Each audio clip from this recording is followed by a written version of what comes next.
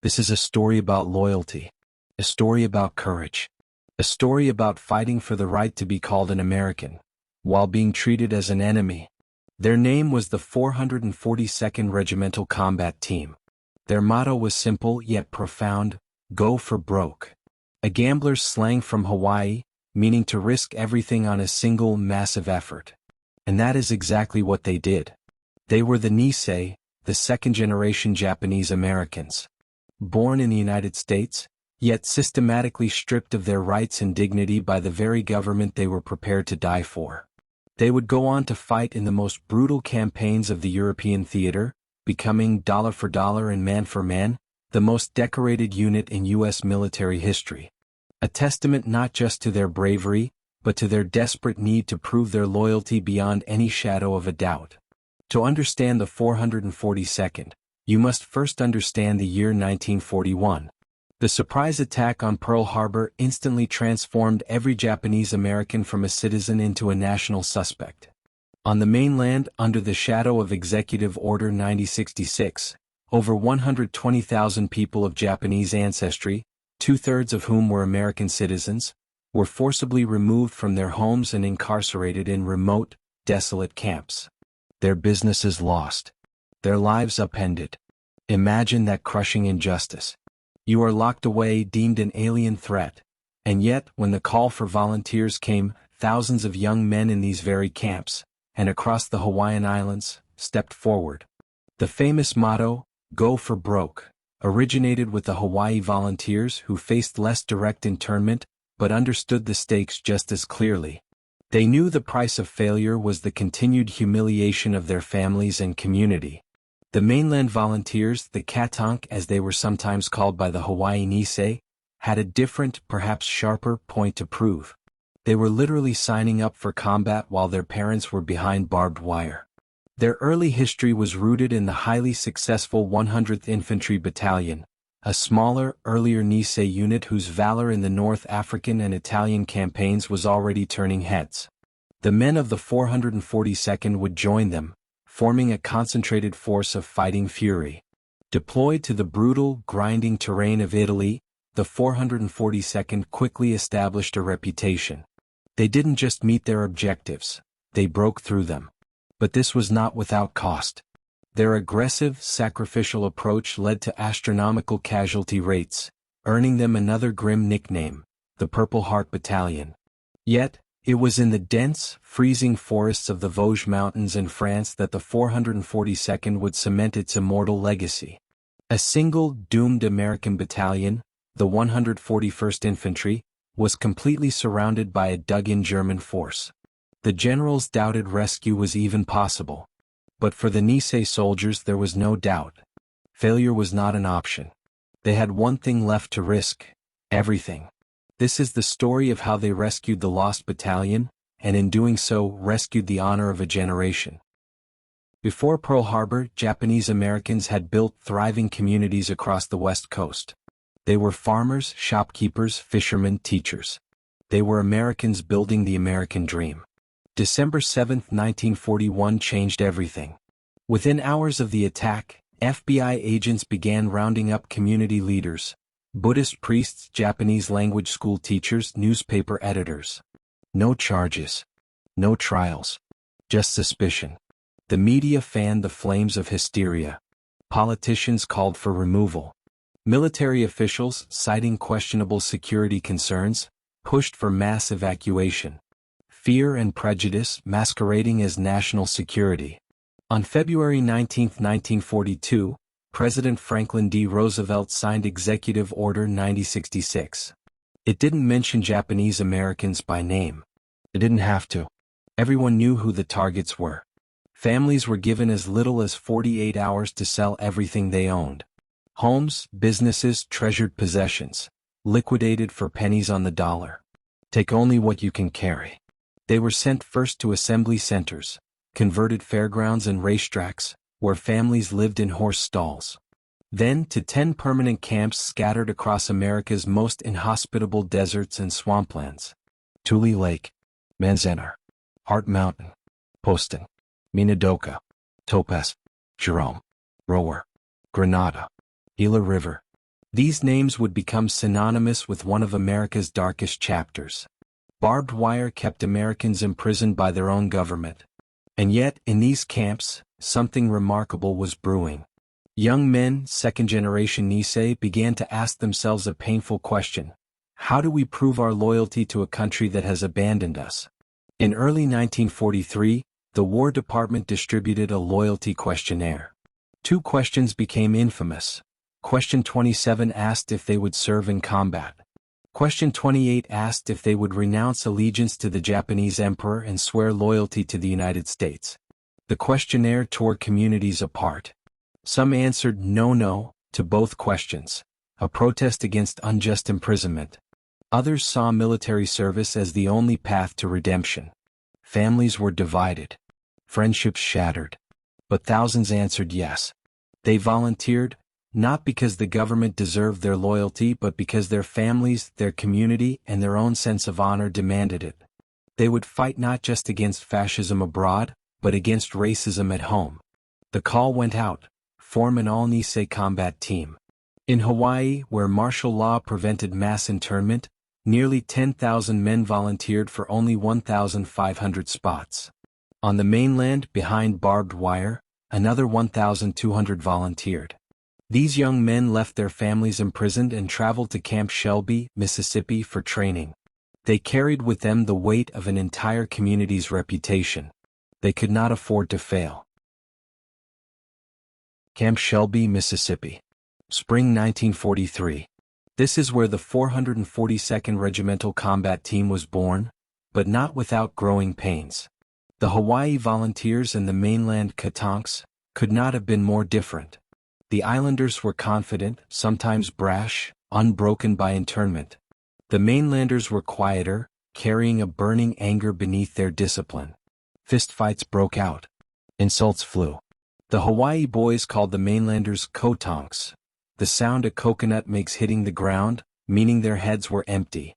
The mainlanders resented what they saw as the Hawaiians' naivety about real persecution. Then something shifted. The Hawaii volunteers were invited to visit some mainland families, still in camps in Arkansas and Texas. They saw the barbed wire. They saw the guard towers. They saw the humiliation in the eyes of parents and grandparents. They returned to Camp Shelby changed men. The fighting stopped. A fierce brotherhood was forged. They were no longer Buddha heads and Katonks. They were the 442nd. They were go for broke. Their training was relentless. Physical conditioning, weapons proficiency, small unit tactics. They pushed themselves harder than any other unit, knowing they had more to prove. Their officers were mostly white, some sympathetic, some skeptical. But the soldiers quickly earned their respect. These were not reluctant conscripts. These were warriors preparing for a crusade. They wrote letters home, to mothers and fathers in camps, to siblings uncertain of their future. "We will make you proud," they promised.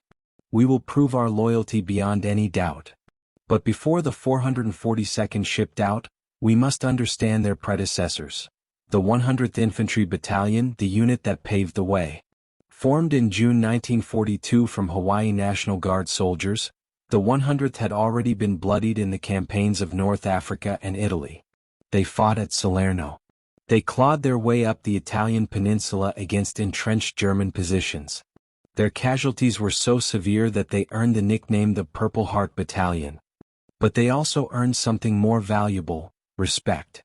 General Mark Clark himself praised their magnificent combat record. By the time the 442nd arrived in Italy in June 1944, the 100th had already become legend. The two units would merge, the 100th retaining its numerical designation in honor of their sacrifices, but fighting as part of the 442nd RCT. The veterans of the 100th looked at the fresh-faced soldiers of the 442nd and saw themselves a year earlier. They shared hard-earned lessons. Trust your buddy, keep your head down, never leave a man behind. Together they would become an unstoppable force. The 100th's experience merged with the 442nd's determination. What they would accomplish in the coming months would astound even the most skeptical commanders. By May 1943, the 442nd Regimental Combat Team was ready. Their motto was emblazoned on their hearts: go for broke. They would soon ship out to join the 100th Battalion, already fighting in Italy. The real test was about to begin. June 1944. As Allied forces stormed the beaches of Normandy, the 442nd RCT arrived in Italy, a secondary theater now, but no less deadly. Italy was a grinder. The Germans had fortified every hilltop, every river crossing, every mountain pass. The terrain favored defense. Every advance was paid for in blood. The 442nd's first major engagement came near the town of Soverito. German forces held the high ground. Artillery rained down. Machine gun nests covered every approach. It seemed impenetrable. The 442nd attacked at night. Silent. Swift. Bayonets fixed. They infiltrated German lines, taking positions from behind. By dawn, Soverito was in American hands. The cost: dozens wounded, several killed. But they had proven themselves. General Mark Clark took notice. So did the German commanders. These Japanese-American soldiers fought with a ferocity and tactical skill that exceeded anything they'd encountered. The 442nd pushed north, toward the Gothic Line, Germany's last major defensive position in Italy. The fighting intensified. Hill after hill. Town after town. The casualties mounted. They assaulted heavily fortified positions that other units had failed to take. They didn't have the luxury of retreat or rest. Every battle was a referendum on Japanese-American loyalty. Every casualty was a price paid for acceptance. The mental and physical toll was extraordinary. Men fought through injuries. They pushed beyond exhaustion. Some rode home knowing they might not survive. But they never stopped advancing. The Italian civilians loved them. They brought chocolates to children. They helped rebuild bombed homes. They showed a humanity that stood in stark contrast to the brutality of war. They were not just soldiers, they were ambassadors. October 1944. After brutal months in Italy, the 442nd was reassigned to France. The Vosges Mountains awaited, a dark, dense forest in eastern France where the Allied advance had stalled. The German army had dug into the Vosges like ticks. Every ridge was defended. Every forest trail was mined. The weather turned cold and wet. Visibility was measured in yards, not miles. The 442nd was tasked with capturing the town of Bruyères, a strategic crossroads. American forces had tried before and failed. The Germans had transformed it into a fortress. For 4 days, the 442nd fought building to building, street to street. Snipers, artillery, counterattacks. The Germans threw everything at them. But the Nisei soldiers held their ground and pushed forward. On October 18, Bruyères fell. The cost was staggering, more than 140 casualties. But they had accomplished what others could not. There was no time to celebrate. The next objective awaited. 3 miles east lay Bifontaine, another heavily defended town deep in the forest.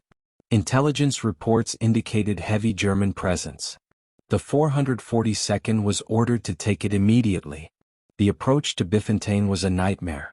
Narrow forest paths. Hidden machine gun nests. Mortar fire that seemed to come from everywhere and nowhere. Men fell wounded into the mud and couldn't be evacuated until darkness. The assault on Bifontaine was launched on October 19.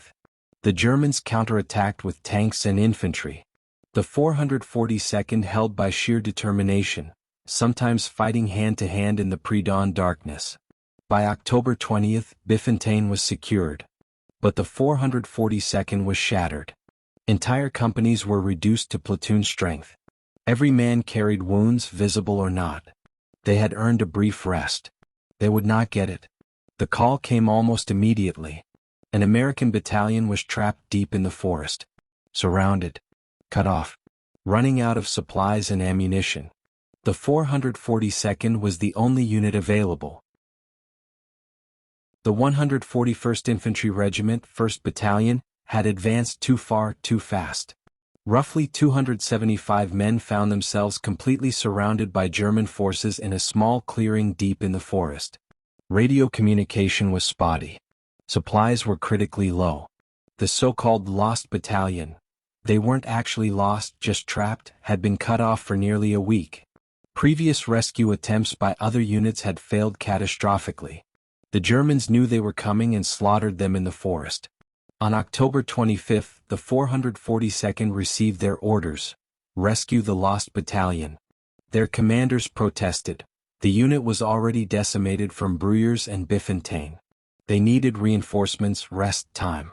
The answer was clear. No one else could do it. The 442nd would go. Colonel Charles Pence addressed his men: "We're going to bring our boys home." The Nisei soldiers understood what wasn't said. This would likely cost everything. They moved out on October 26. The weather worsened. Freezing rain turned the forest floor into a muddy swamp. Visibility was nearly zero. Every tree could hide a German soldier. The Germans had prepared a killing field. Machine gun positions overlapped. Mines were planted along every trail. Mortar teams had pre-sighted coordinates.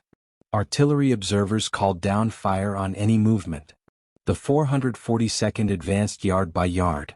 Companies that began with 180 men were reduced to 40. Officers fell. Sergeants took command. Sergeants fell. Privates led squads. Still they advanced. For 5 days they fought through the forest. No hot food. Little sleep. Constant combat. Men who could barely walk continued to fight. Those too wounded to hold a rifle passed ammunition. October 27.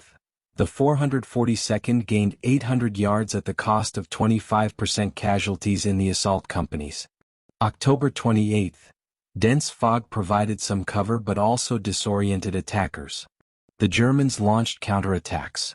Hand-to-hand fighting in the pre-dawn darkness. October 29.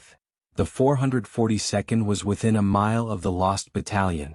But that final mile was the most heavily defended. Every yard was contested. Every foot was earned in blood. October 30. One final push.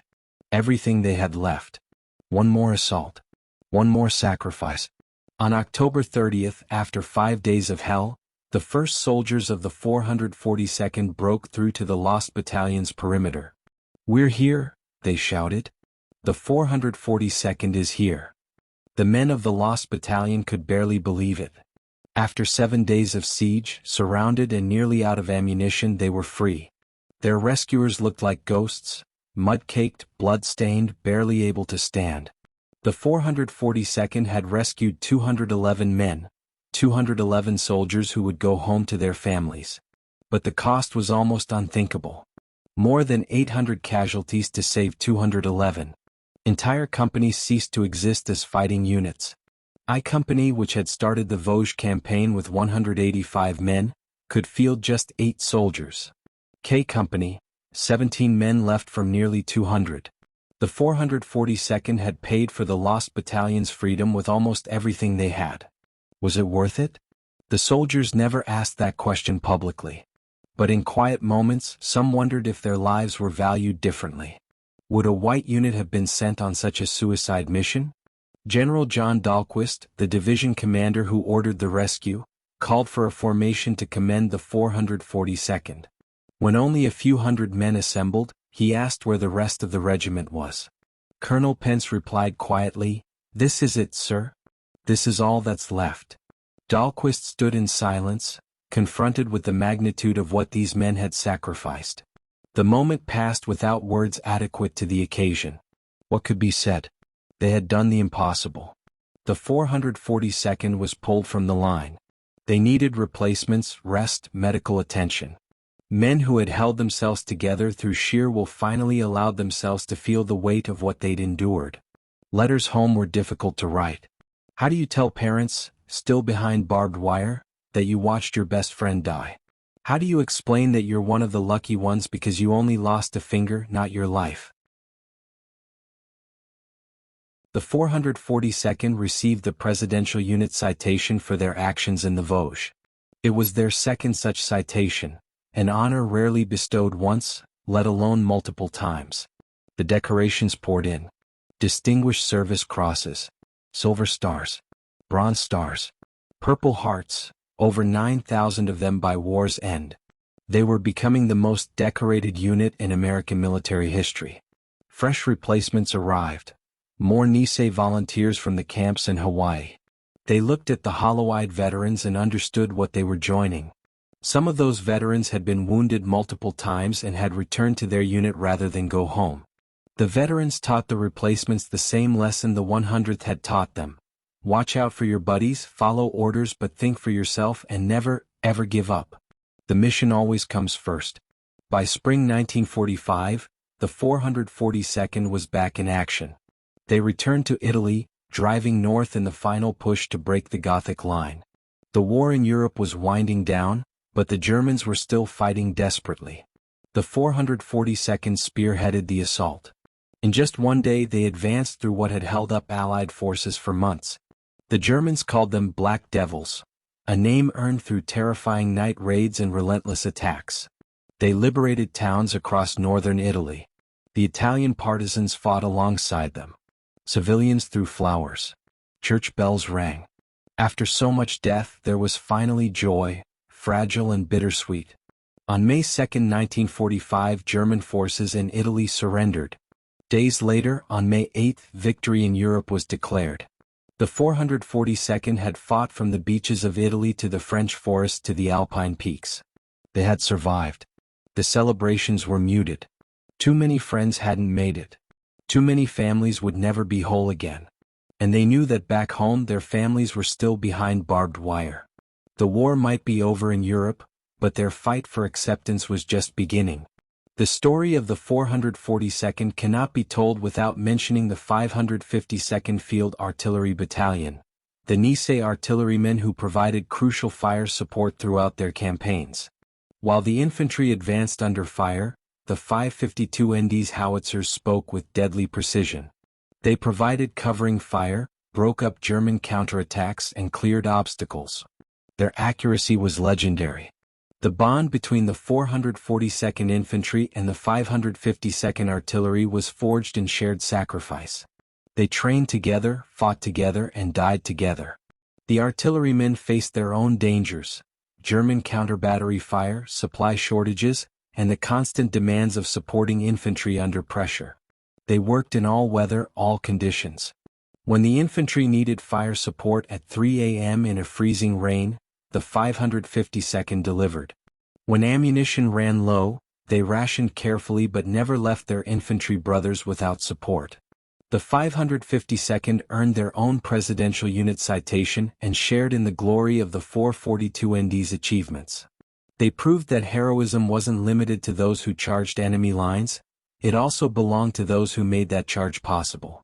Summer 1945. The war in Europe was over. The 442nd began the long journey home, back to an America that still didn't fully accept them. In July 1946, they marched down Constitution Avenue in Washington, D.C. President Harry Truman reviewed their formation and declared, "You fought not only the enemy but you fought prejudice, and you have won." It was a powerful moment. Recognition at the highest level. But the soldiers knew that one parade, one speech, wouldn't erase decades of discrimination. The real test would come in the months and years ahead. Returning to their families brought joy and sorrow. Mothers and fathers had aged behind barbed wire. Siblings had grown up in camps. Properties had been lost. Lives had been upended. No medal could restore what had been taken. The landscape of Japanese America had changed. Communities that thrived before the war were scattered. Some families chose never to return to the West Coast, settling in places like Chicago, Denver, and New York instead. The camps closed, but their scars remained. Years of imprisonment, family separation, economic ruin, these wounds would take generations to heal. The 442nd's valor had not prevented the injustice. It had only mitigated its worst aftermath. Many veterans never spoke of their experiences. The horrors of combat, the betrayal of internment, these were burdens carried in silence. They focused on rebuilding, on education, on giving their children the opportunities they'd fought to preserve. The GI Bill opened doors that had been closed. Veterans became doctors, lawyers, engineers, teachers. They used their service to break into professions that had systematically excluded Japanese Americans. Every achievement was another victory. Among the 442nd's ranks were men whose stories of individual heroism deserve recognition. Second Lieutenant Daniel Inoue, who would later become a United States Senator, embodied the spirit of go for broke. On April 21, 1945, near San Terenzo in Italy, Inoue led an assault on a heavily defended ridge. Shot in the stomach, he refused medical attention and continued fighting.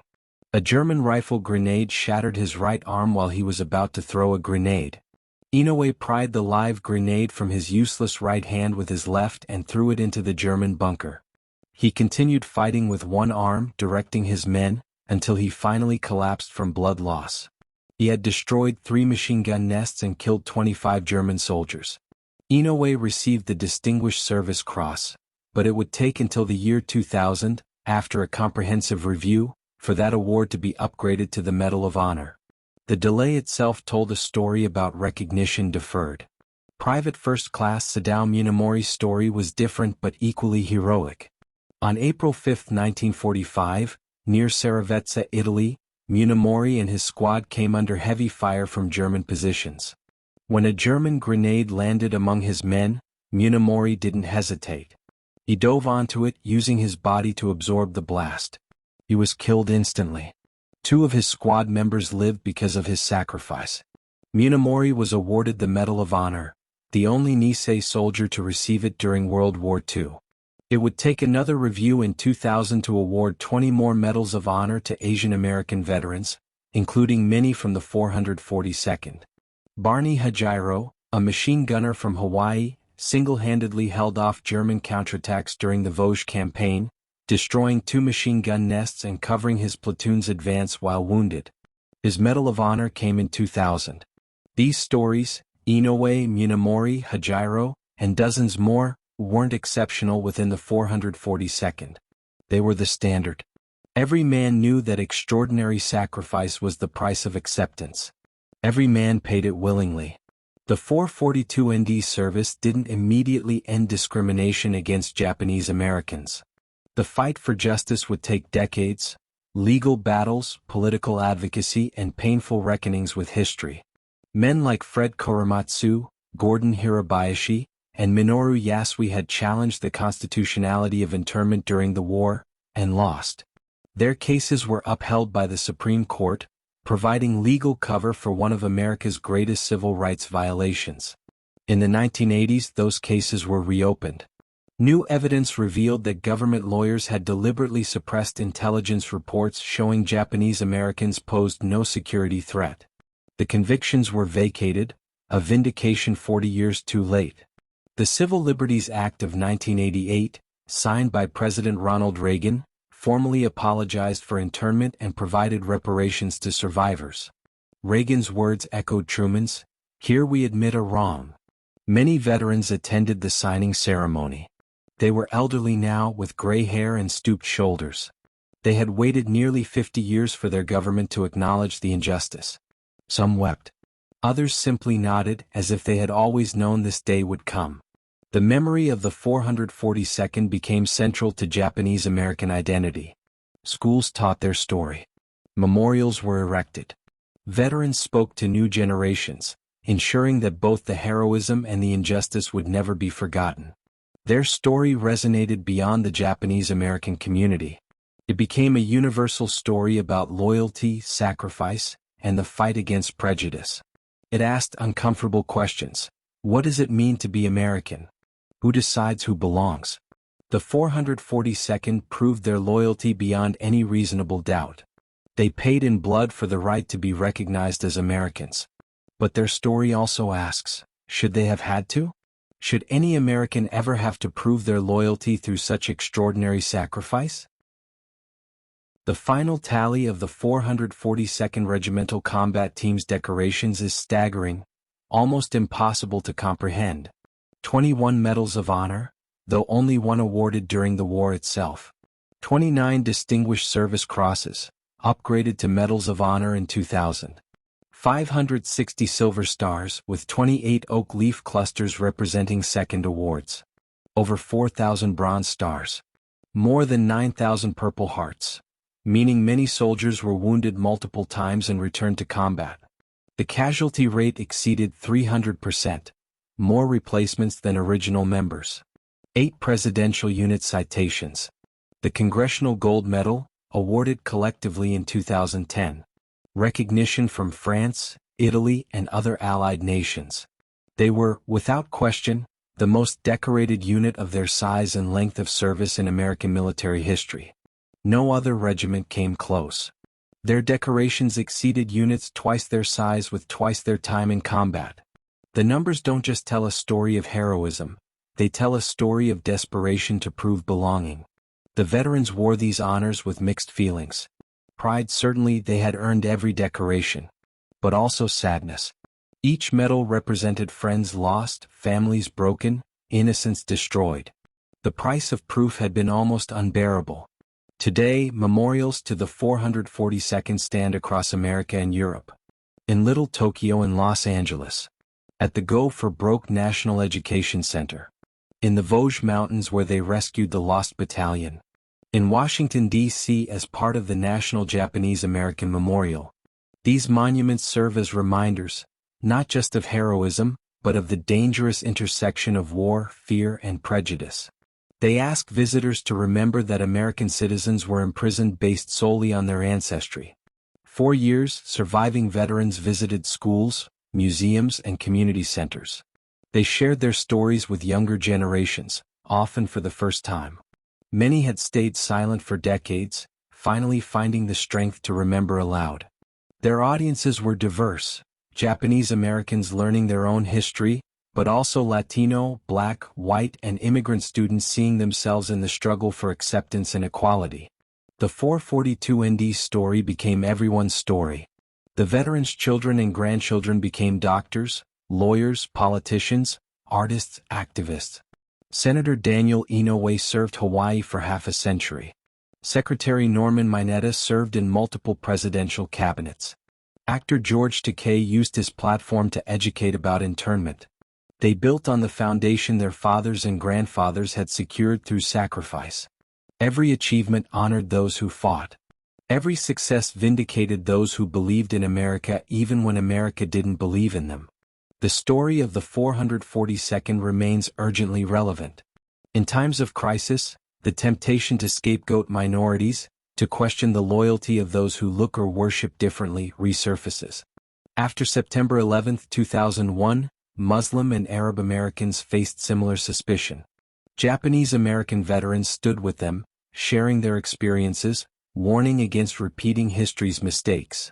Never again, they said, and they meant it. Debates about immigration, about who is really American, about loyalty and patriotism, all echo the questions that led to internment.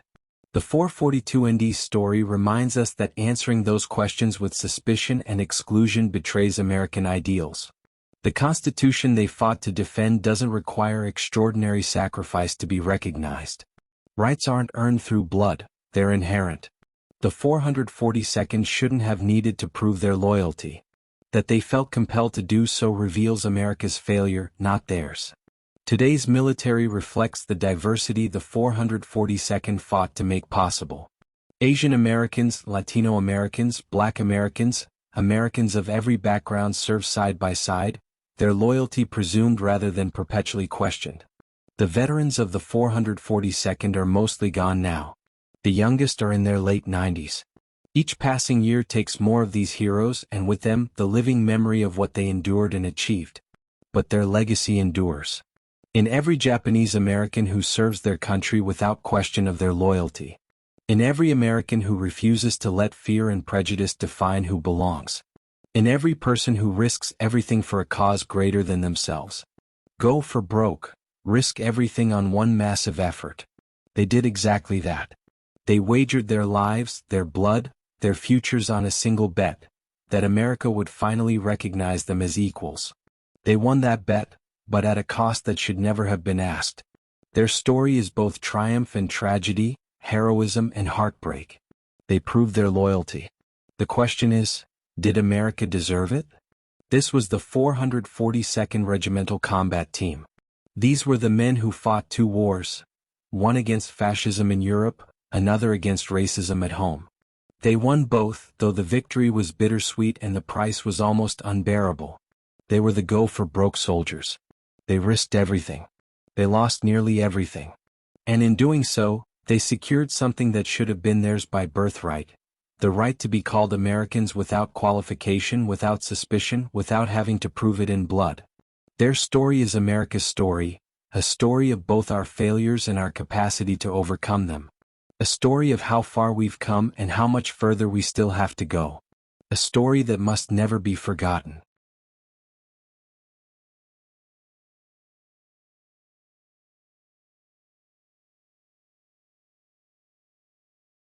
Thank you for watching. If you are like me and learned more about the struggle of the Nisei during World War II, please like this video and share it. In the comments, let us know your thoughts. This video was inspired by your feedback, bringing these brave souls to the forefront. What other forgotten heroes of wars past should we cover? And don't forget to subscribe for more deep dive historical documentaries.